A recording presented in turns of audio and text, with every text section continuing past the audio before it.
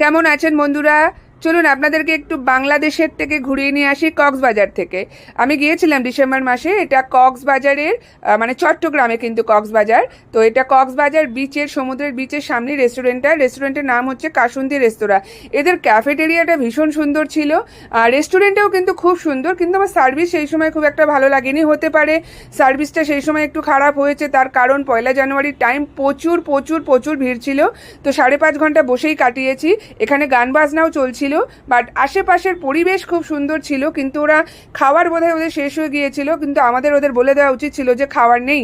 কিন্তু ওরা আমাদেরকে 5.5 ঘন্টা বসিয়ে রেখেছিল। 7টা 7:30 খাবারের অর্ডার করেছি, সেই খাবার গিয়ে পেয়েছি হচ্ছে রাত্রি 12:30টার পর। সামান্য অর্ডার করেছিলাম আর কি, তন্দুর রুটি। এত ভিড় দেখে আর বেশি কিছু অর্ডার করিনি, আমার ছেলে তো ঘুমিয়েই পড়ছিল। আর হচ্ছে তন্দুর চিকেন তন্দুরি, ওটাই দিতে আমাদের 5.5 ঘন্টা লাগিয়ে দিয়েছে। কেমন লাগলো অবশ্যই জানাবেন।